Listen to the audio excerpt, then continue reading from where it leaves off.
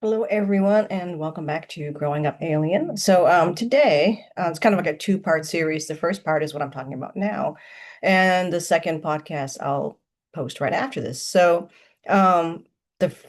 point of this is and this is the main question, why are a lot of the disclosure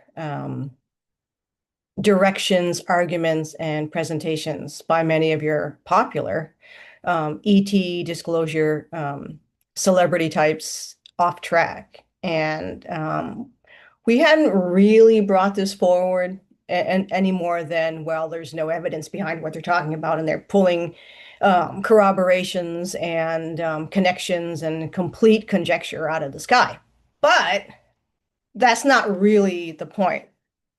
So the main problem with what they're with their direction and what they're feeding us is that that's not how this thing works. So the reason why you're not getting the technology, the reason why you're not getting disclosure is because they don't have to. And again, I know some folks have mentioned Stephen Greer has brought this up, and he has, and he actually is just bringing it up again. I'm not saying positive or negative. I'm just saying Stephen Greer has brought this up, and he's correct.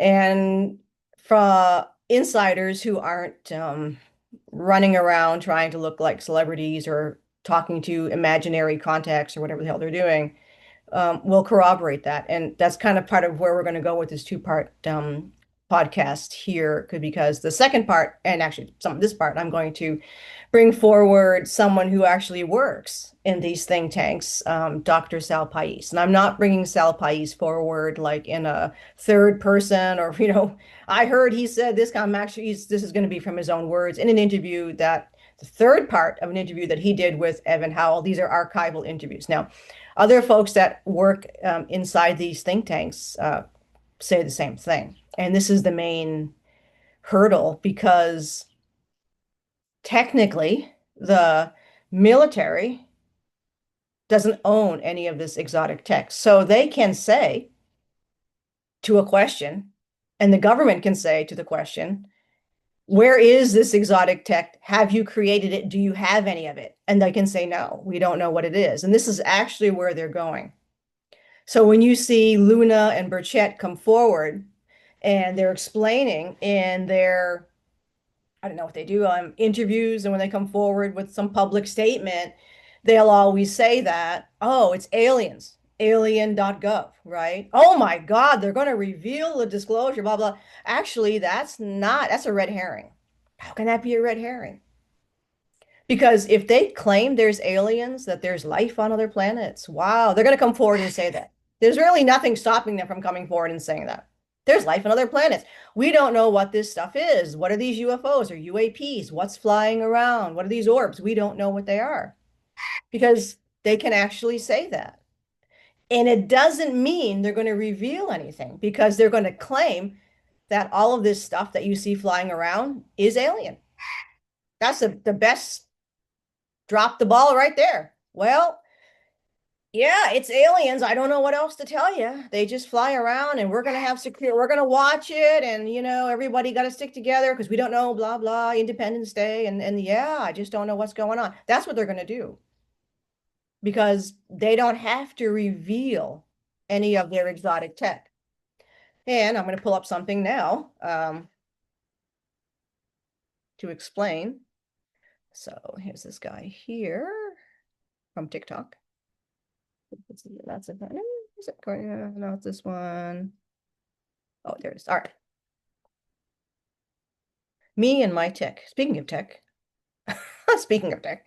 Um, so super happy shout out to Evan for finding this. And I'm gonna sound like Andy now. You don't want to see my head close to the screen, but it's the only way I can. It's just cloudy here and dark, and it's the only way I can see this. But just to go over it with you, here's this guy, Peter Gurnus, and he says, I recruit scientists into programs that don't exist. My employer is a defense contractor you've heard of. So this is exactly the problem. The military doesn't create or hire or do anything concerning very high level secret exotic tech. They have, and this goes back to Bill Tompkins, they have these think tanks, these private companies, Raytheon, you know who they are, Lockheed Martin, Boeing, was Douglas. They have private companies create, reverse engineer, whatever, this kind of technology. So they, not the military, the private company has proprietorship over whatever it is they create. Oops. It's brilliant, isn't it? It's brilliant. So essentially what you got is they're beyond FOIA. You don't have to FOIA a private company. So if you and I have a bakery and we make these amazing cookies and we have a secret ingredient, we have a secret sauce that we put in these cookies, that is proprietorship. We do not have to, no, you cannot FOIA request a company to reveal their information, their secret sauce to you. That's how they're going to get away with it. And that's how they're going to lie to you. And that's what they've been doing. And this is what we keep saying here. They're doing the same thing they've been doing for 80 years. And they're going to keep doing it. So all of these disclosure, oh, I'm going to have a big conference on disclosure and oh, we're getting closer and Trump's going to reveal it. That's bullshit. They are on a you know, needle in a, they're in the wrong direction. Do they know it? I don't know, because I don't really know these people, but they're going down a rabbit hole that's going to lead them to nowhere. So these think tanks, Boeing, Lockheed, blah, blah, whatever, and of course the government itself, usually like some of their more secretive type, high clearance, not necessarily CIA, but something off the military, will go around looking for people who are developing interesting things. And this is when you get the knock on your door. So they usually make you an offer where it's like, okay, you can either be in big shit right now or you can work for us, you know. And that's how they run these. Now, this guy here, Peter, he's saying that's what he does. He's a scout. He's a talent scout. They look around for people in universities or different places that are producing or writing curious thesis on whatever it is that tempts or taps into the interests of these kinds of think tanks. And that's exactly what happened to Bill Tompkins. And I'm pretty sure that's what happened to Sal Pais as well. So Sal Pais was working with the Navy and the Secret Space Force. So this guy here, my badge says Human Resources. My badge number is 00T4471. My actual title is Senior Talent Integration Specialist. Yeah, nothing to see here, right? Which is not a real title, but the job is real, the budget is real, and my performance reviews have been, exceeds expectations for 9 consecutive years. That's called consistency. So what all these programs want is that they want to see performance. So and actually Sal will mention that too, where he says Joe the plumber can make this stuff. So they don't care what kind of degrees you have. They don't care how fancy you are. They want to see what you could do or what you have done. They want stuff done. They don't care about degrees. They don't care about who you're related to. They want stuff done. So that's what makes them different from other people, right? In a way. And this is what happened to Dave Rossi. So a congressman said last week that just knowing this evidence exists makes you a target. Yeah. He said it on camera. That created paperwork. The programs I recruit for have facilities, equipment, and annual expenditures exceeding the GOP of Belize. Well, they actually have bottomless pit resources. They do not in any way that a FOIA request could locate exist. Another congressman, Burchett, the one who chairs the UAP caucus, super big joke. Yeah, but he says there's aliens. That's the PSYOP, you guys. That's the PSYOP. Explained on camera that materials were moved to private contractors, bingo, specifically because contractor records are unfoyable. He's right. I can confirm from the inside that the system works exactly as he described. That's called structural integrity. Now, these people are the ones who control the wet work. So I'm going to show you how that works in a bit. If any folks remember back in the day, Blackwater in Iraq, there are large corporations that are not military, but they act like mercenaries, but they work with the military. And these are like security outfits and things like that, but they can be very, and they hire like retired Marines, special forces. That's who works for them. So Blackwater is still around. They changed their name. So I'm going to show you who they are in a bit. And I'll talk about that when we get to that section. But these people here, so it's not the military. See, that's how the government and the military keep their hands clean. They're basically money laundering in many different levels.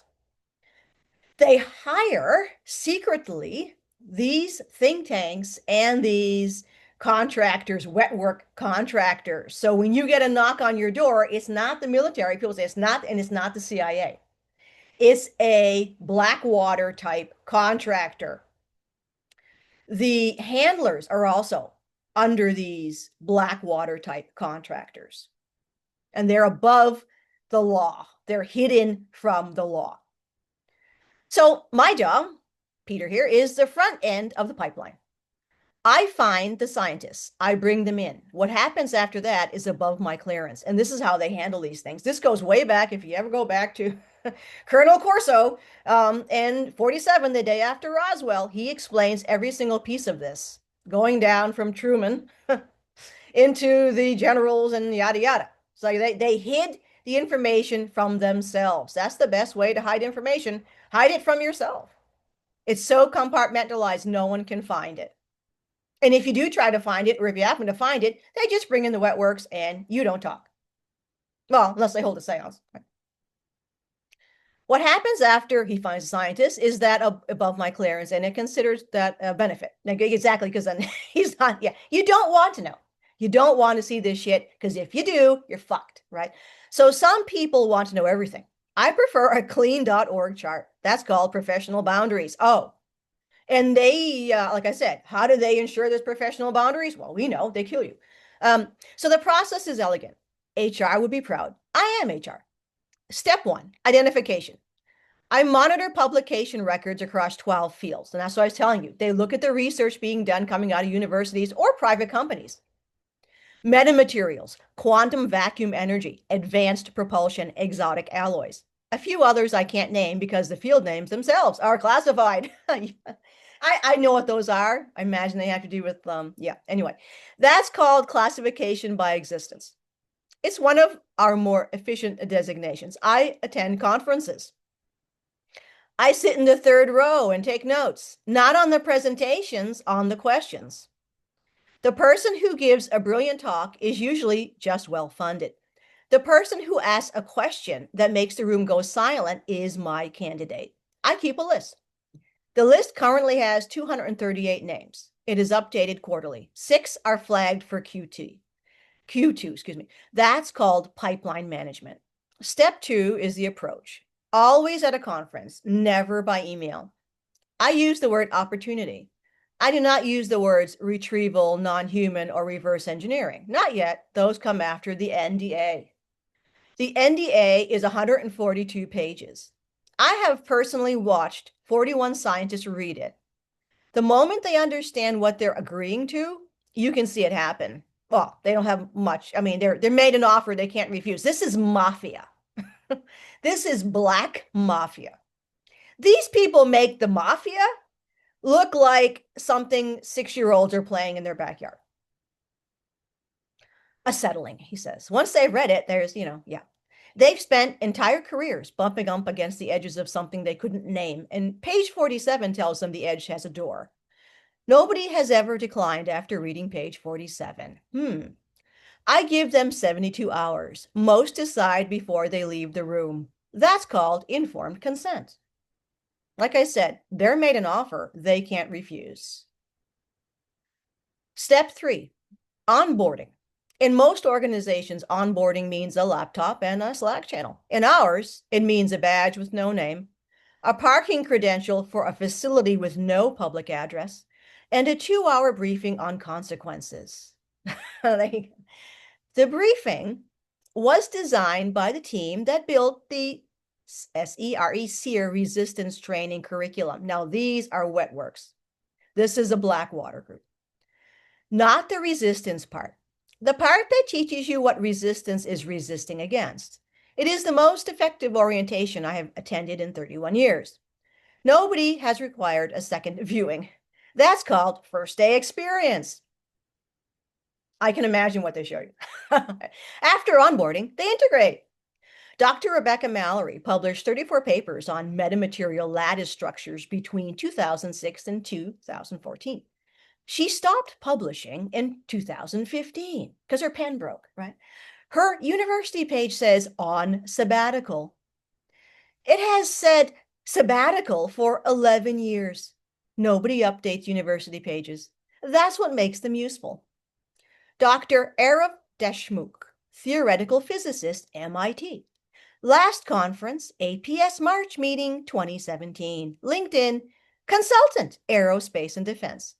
I wrote that bio. I write all the bios. Consultant is our word for integrated. That's called professional branding. A reporter asked the White House about several high clearance scientists and government employees who've gone missing. The White House said they're looking into it. They're not missing, they're integrated. The difference is a matter of perspective and paperwork. Retention is 100%. I'm proud of that number. So you either get integrated into the programs or you disappear. Or they may create a suicide in order to reveal to the other people who are integrated what happens if you want to poke the bear. So not because we threaten anyone, because leaving requires a procedure. And the procedure was designed by the same team that designed the briefing. In 23 years, 2 retirements are the only completed separations. Remember I told you that? Oh, I'm ex-CIA, or oh, I'm ex-this, or oh, I've got some contacts that are, I'm Gene Decode, and I got contacts deep in the... No way. You have people who believe that, I have to say, how do you get a, I mean, you still believe in Santa Claus, apparently. Sure. Okay. And it blows my mind any of these podcasters actually have these people on, because if you knew real people who work in these programs, and one of them was Bill Tompkins, and one of them is Dr. Sal Pais, who we're going to have on, and I'm just going to show him in a few seconds because that's in a separate podcast. Also, Dave Rossi. You can watch them, and they'll tell you exactly what goes on.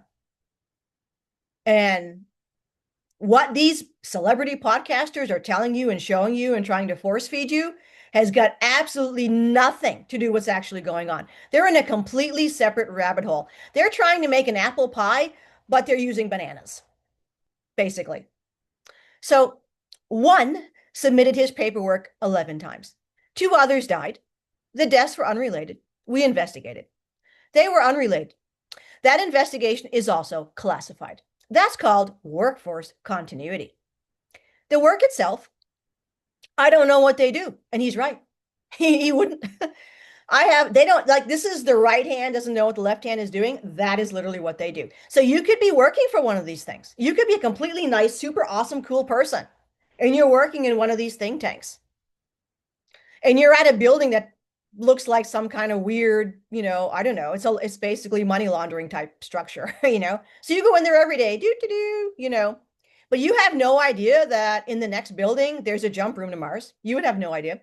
You have no idea that when you park your car and the guy that parks next to you, Fred, hey, Fred, how you doing? He's got his little coffee. How you doing, Mary? Nice to see you today. Blah, blah, blah, blah, blah, right? So you go into your desk and Fred goes into the jump room and works on Mars that day. So while you're sitting on your desk answering the phone and doing whatever it is that you do for this little company, you have no idea that 3 levels underneath you is a UFO. You would have no idea. So I have a TS SCI with access to 9 compartmentalized programs. The one I recruit for requires a 10th clearance. I never applied for every single, I never did, excuse me. The one I recruit for requires a 10th clearance I have never applied for. Okay. So every single scientist within 6 months tells their handler, this is the most important work they've ever done, excuse me. That's called employee satisfaction. We track it. We also track family adaptation. Like I said, right? You pull in there, you work in the office or what have you. Oh, I'm just doing shit, blah, blah, blah. And you see Fred, and Fred goes off into his area. He goes to Mars, and you spend your day there. And at the end of the day, you come back out. Well, going home. Yep. That's it. Tuesday is when it starts. Dr. Mallory's daughter was 6 when the integration happened. She asked what her mother did at work. Her mother said meetings. She asked again the next Tuesday, meetings. The following Tuesday, long meetings. The daughter is 17 now. She stopped asking follow-up questions at age 9. That's 14 months. Our benchmark is 18 to 24. That's called accelerated adaptation. I included it in my quarterly report. My manager highlighted it. We provide a number, the employee assistance line. It's in the orientation binder, page 12. The families are encouraged to call if they experience stress during the transition period. So oftentimes when you're taken into these programs, you're gone for months at a time. And you don't have access to anything. This happens to Dave Rossi. Like, he'll disappear for months and he's completely cut off from the outside world. So the line is staffed by a team that has the same clearance level as the briefing designers. I don't know what they tell the families. I know the families stop calling. That's called successful transition support. The Schumer amendment was supposed to fix this. Eminent domain, over contractor held materials, a review board, disclosure, timelines. It was gutted in committee. I work in talent acquisition, not government affairs, so I don't know who lobbied against it. But our government affairs team received performance bonuses that quarter.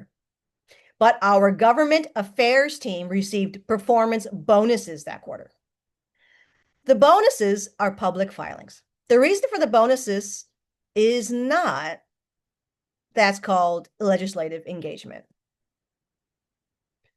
Congressman Ogles said there's pretty compelling stuff out there. Burchett said the country would come unglued. He said the Pentagon delays until they can cover everything up. He said the only shot is getting to the president before the other side does. No, Mr. Burchett, you are completely chasing the wrong weasel down the, you're letting your weasels go down the wrong hole. There's no rabbits in those holes. The Pentagon has nothing to do with this. The Pentagon has nothing to do with this. The president has nothing to do with this. This is private contractor material. So I hope this is clear for folks that whatever you're hearing is a waste of your time. Now, I don't know if Burchett understands any of this. Maybe he does, maybe he doesn't, because there's a lot of people out there that don't. But he's wasting his time. He's describing my employer. He doesn't know our name. That's called operational security. It's working. The president registered aliens.gov. He wants to be the guy that revealed the truth.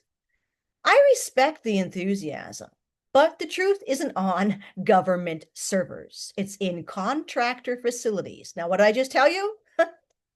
Anyone going to the military, anyone coming from the military, anybody working in the government, anybody working in the CIA, anybody working in the Black Ops, anybody working in the government, Pentagon, those kinds of things like that. I don't care how high your ranking is. And some people who have had high rankings try to get access to some of this stuff by calling the think tanks. And the think tank says, fuck you, and hang up. And nothing happens after that. Because there really is nothing they can do. It's private. It's a private company. So we'll keep going with this. Like I said, oh, the president, Mr. Trumpy, Mr. Yellow hair, whatever the fuck you want to call him. He's going to tell us the truth. Sure he is. But the truth isn't on government servers. The truth isn't government accessible. You can stand at the fence and see the building. You can FOIA every agency that funds it. You will receive a letter stating that no such program exists. The building is right there. You can see it from the parking lot. That's called transparency. And many of you were in those buildings. Many of you were on those craft that were built by these think tanks. But you're never going to tell because anything that you have to tell is just la la, isn't it? Right? It's all memory, it's all recall. You have no proof, right? Someone asked me once, a journalist, at a conference, not knowing what I do, whether I thought aliens were real. I said I work in human resources. She laughed. I laughed. My performance review says exceeds expectations. I was not joking. I have 6 candidates flagged for next quarter. 2 are at Stanford. 1 is at Caltech.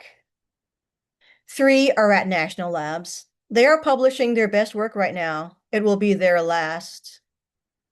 One of them has a daughter. The daughter is 4. In 13 years, on a Tuesday, she will ask what her mother did at work, and her mother will say, meetings. I don't recruit people into programs that don't exist. I recruit people into programs that work. The programs work. The buildings work. The NDA works. The briefing works. The family adaptation metrics work. The retention rate works. The procedure for leaving works is so well that nobody leaves. Everything works. That's called talent integration. Okay. Whoops. It just lost me on that one. I'm going to pull this back up. There you go. And that's how it works. That's how it works. So don't spend 30 bucks or 50 bucks or pay extra money to go and see a conference of ET disclosure people and all these people who have contacts and have been in the CIA or have been this or that, or I have high level contacts. Be careful of them. I've been contacted by people. Oh, I love your podcast. It's all psyop. I love your podcast. You're the one telling the truth. Oh, oh, red flag. I'm like, really? Do tell. And I play them. I play the players. They're all players. Unless it's some little old lady, oh, I saw a UFO. That's a real person. But yeah, no one, like he says, no one leaves here. So what I'm going to show you now is the other faction. So when you get a knock on your door, when sometimes it's the men in black, but sometimes it's not. And usually it's not. It's a contractor. It's a military contractor. They're hired by them. See, this is how the military gets away with it. When ugly things, let's say, have to be done, the military doesn't want to get involved. So they hire contractors. The contractors usually hire retired, like I said, Marines or special forces and stuff like that. They'll probably hire ex-CIA. The government's fully well aware of this. But it's very compartmentalized. So a lot of people don't understand this. So I'm not calling Burchett out as a nut, because he may not know any of this stuff. Maybe he should watch this. Maybe he should do some background research. But if he goes too deep, he's going to have some background research knock on his door.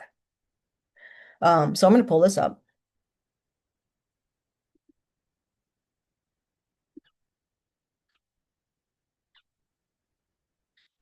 This is Blackwater. What happened to Blackwater? It became Constellus. And there's more than this. I'm just bringing one up because we don't need to see ad nauseum who these people are. And they work exactly the same as what you saw in Peter's little letter there. So when you get hit with a DEW, when you get hit with mind control shit, when you feel like crap, the fact that we're all tracked, these are the people that do it. And they're in the same thing. I mean, they have a main office, but they don't do it from there. Although there may be compartmentalized sections where they do it, but they hire people who have no idea really what they're probably doing. These are the people that pick you up. These are the people that knock on your door. These are the wet works. Most of the people who work here are psychopaths. I mean, others are just dumb. Um, yeah, there you go. Who we serve, you can play with them if you're curious about what these guys. Now you know. This is, you might want, who are the handlers? Who's doing this to me? Why can't it stop? It's in private hands. It's in private hands. Who we serve. It's interesting your name too, Constellus. Interesting. Um, At Constellus, we support a wide range of clients who operate in some of the world's most challenging and demanding environments. Yeah. Yeah. Our services are designed to meet the unique needs of government agencies, defense and intelligence communities, critical infrastructure operators, and select commercial industries. There it is. Yeah, they do. Who do they work for? Oops. Oh, NASA. Oh my. Oh yeah, NASA will fuck with you big time. They'll fuck with you. Look at this. Well, well, well. Mm-mm-mm. We know. I mean, oh, Northrop Grumman. Hello. There you go. They don't even hide it. Like I said, they don't hide this shit. They don't hide it. It's like, here we go. What are you gonna do about it? You can't do anything about it.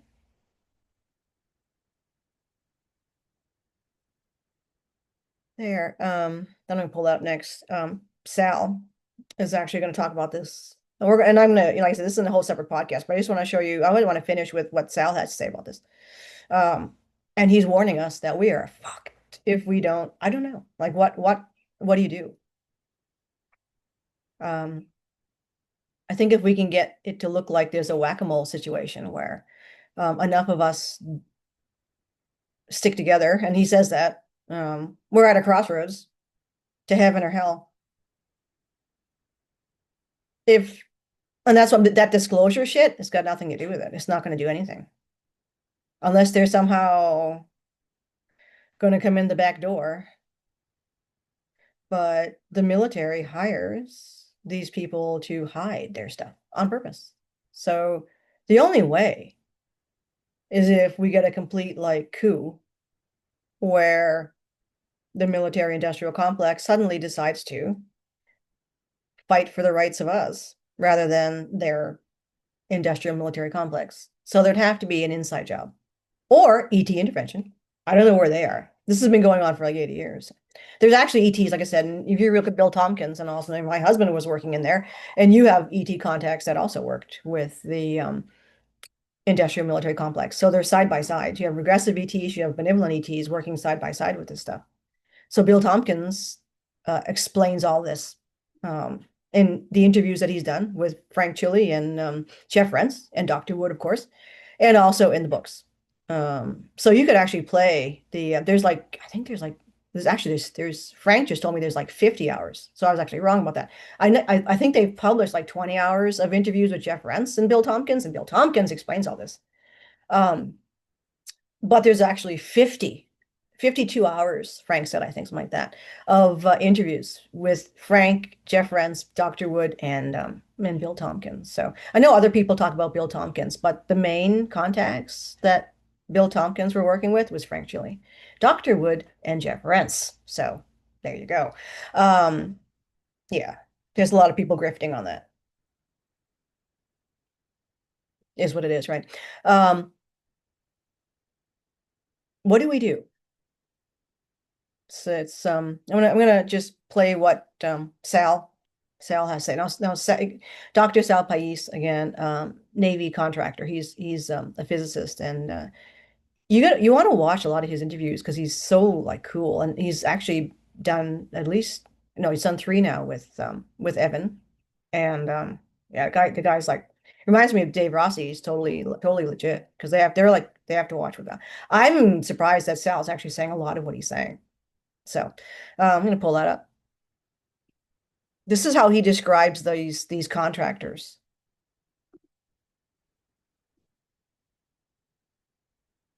And again, sorry for having to keep it small screen like this because I can't. I can't. If I go full screen, it won't play. So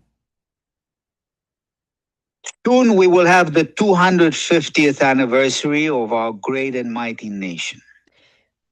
interesting that he brought that up. I wonder, because 2026, and a lot of folks have been talking about, oh, I feel vibes. I'm feeling the vibes of 2026. So it is that. It's the anniversary, and Disclosure Day comes out before the celebrations. So July 4th, right? July 4th, for those who, most people from other parts of the world wouldn't understand. So the United States celebrates itself on July 4th. Disclosure Day comes out before. So is this some kind of loosh thing? I don't know. But it's interesting that Sal mentioned it. And a couple of thoughts, let's call them epiphanies, hit me. I don't know exactly what it brought up, what caused it, but I think your audience might be interested, might not. At this point in time, they might switch off and wait till the physics part come in. But hear me out. Our divine and mighty nation lately is starting to undergo a metamorphosis to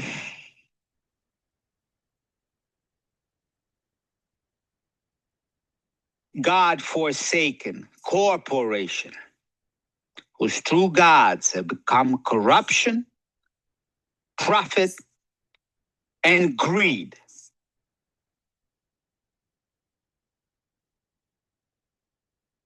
The blood-sucking billionaire bastards. Okay, those are the think tanks. That's what he's talking about. He's talking about that. I won't name them here, but you know who they are. The aerospace part of the industrial military complex, but the private aerospace, that's who he's talking about. Let's call them tech vampires of a certain tribe. E-tribe for those in the know. They rule us with an iron fist, clothed in a velvet glove. They determine our destinies and choose our so-called leaders. We have become their slaves. They offer us slavery and call it the American dream. While we, brother, we're living a lie and call it freedom. Brother, these mighty men, at least in their own minds, with their financial power and their international reach, they are the true enemies of the people and traitors to our nation. Brother, there may be only one way to survive the slavery, to overcome it.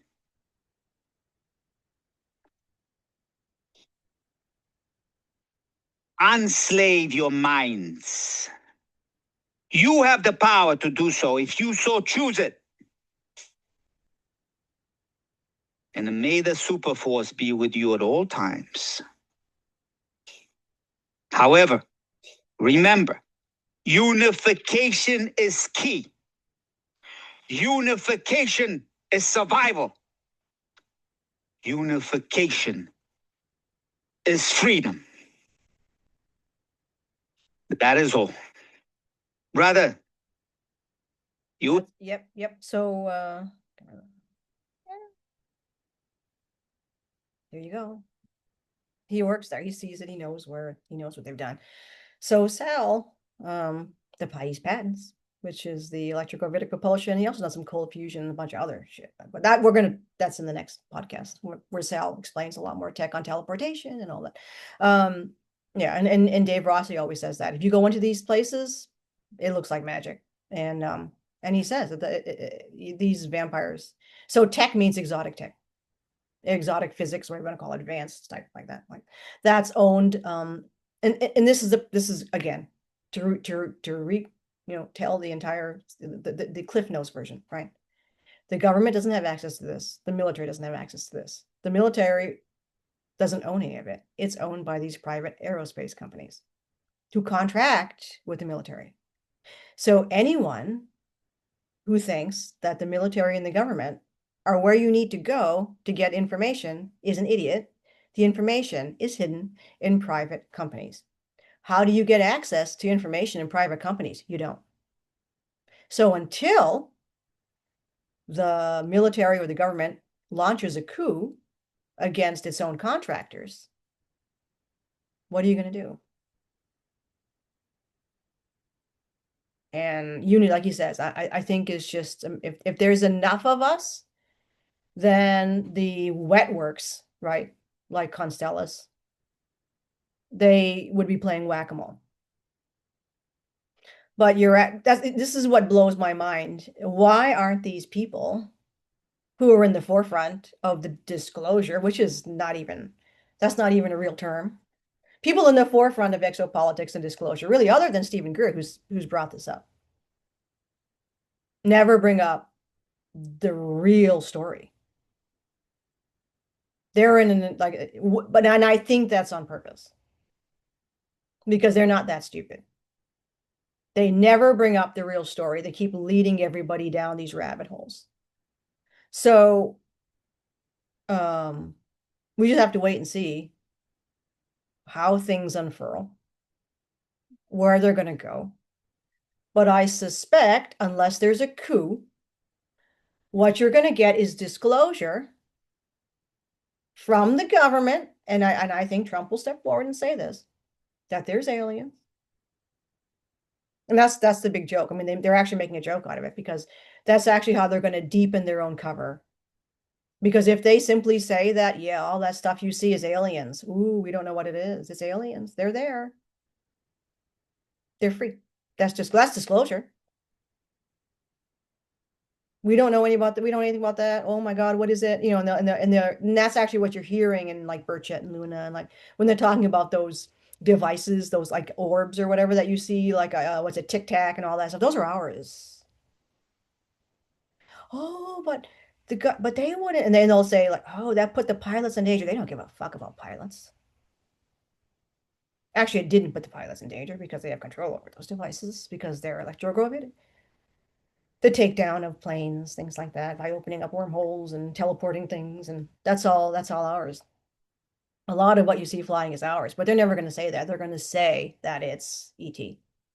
What do we do? And they've been saying that stuff that we know is ours in those videos with Grush and all that shit. Those are ours. But you get these people who are saying it's ET, and that's what they're going to do. Everything that happens, they're going to tell you is alien.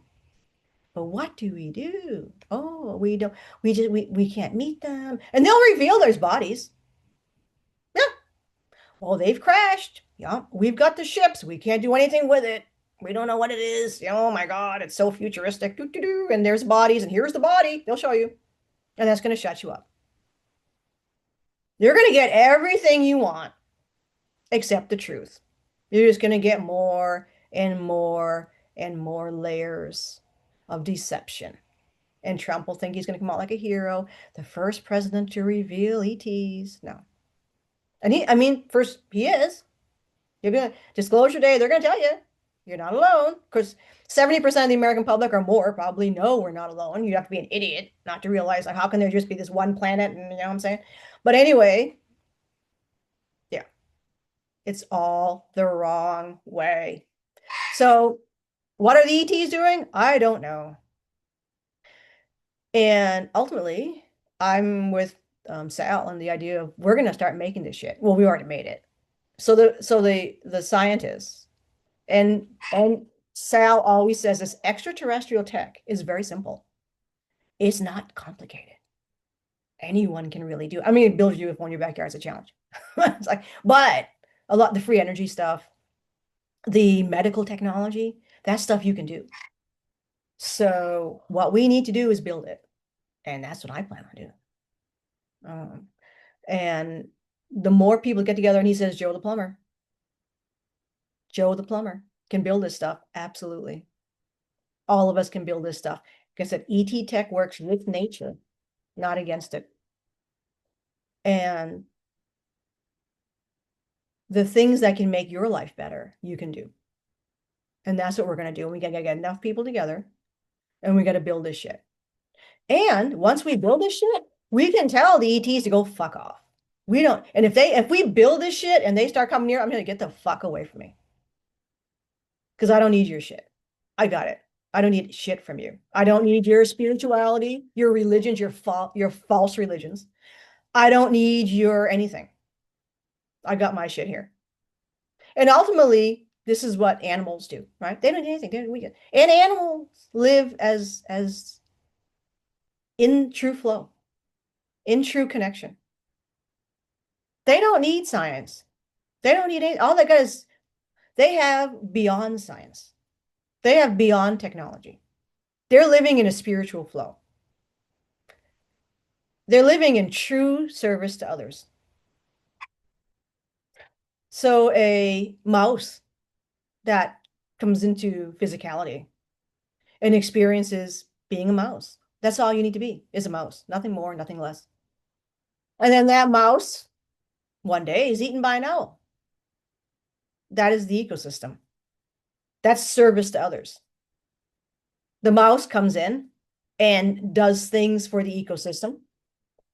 It feeds an owl. And the mouse ultimately will tell you that that's why I came in. I came in service to others to continue an ecosystem on a planet like Earth. It could be another planet, but this is what plants and animals understand on a deep, deep, deep level, way beyond any humanoid or any other being. Because if you have tech, you don't get it because you don't need it.